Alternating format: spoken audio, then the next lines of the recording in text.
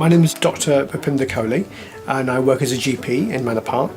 My name's Dr. Arpana Patel and I'm lead GP at Dr. C.M. Patel Surgery. My name's Lizzie Goodyear. I'm a GP in Manor Park. I'm also the clinical lead for maternity in Newham. The Winter Flu Campaign is an important initiative about keeping people healthy during the winter months.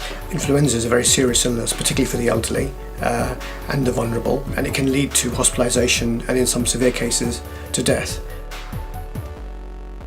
Many of the over 65s have other chronic illnesses like diabetes or high blood pressure, and it means that if they become unwell with a flu-like illness that they're more likely to suffer complications or require admission into hospital.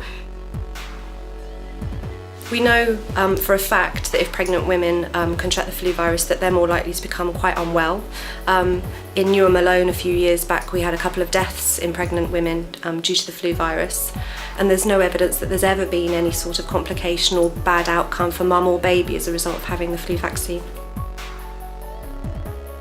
Other people, for instance people with heart disease and diabetes and renal disease are also vulnerable people. Then of course there's children between the ages of 2 and 3 who'll be immunised at the GP practice, and slightly older children who'll be offered immunisations from the school nurses in their local schools.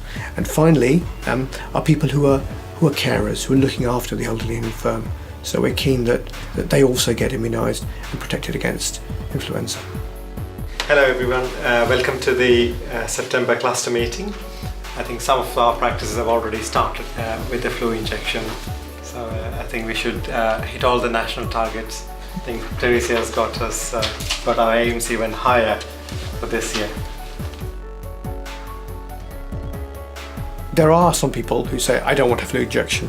Either they think, well I don't need it, or they think, well it made me ill. For those patients, we invite them to come and speak to the nurse or even speak to one of the doctors so that we can just address their concerns, and perhaps sometimes that they might have some misconceptions about the injection, and we can discuss that with them and explain to them the actual benefits of taking the injection.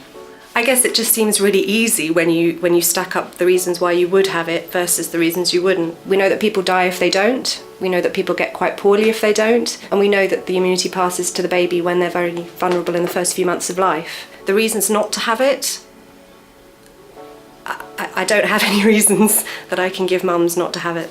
The evidence is those people who do take and have the influenza injection have a significantly reduced risk of hospitalisation, hospital admission and death. And if you just took a small injection, you could prevent that, and I think it's well worth it.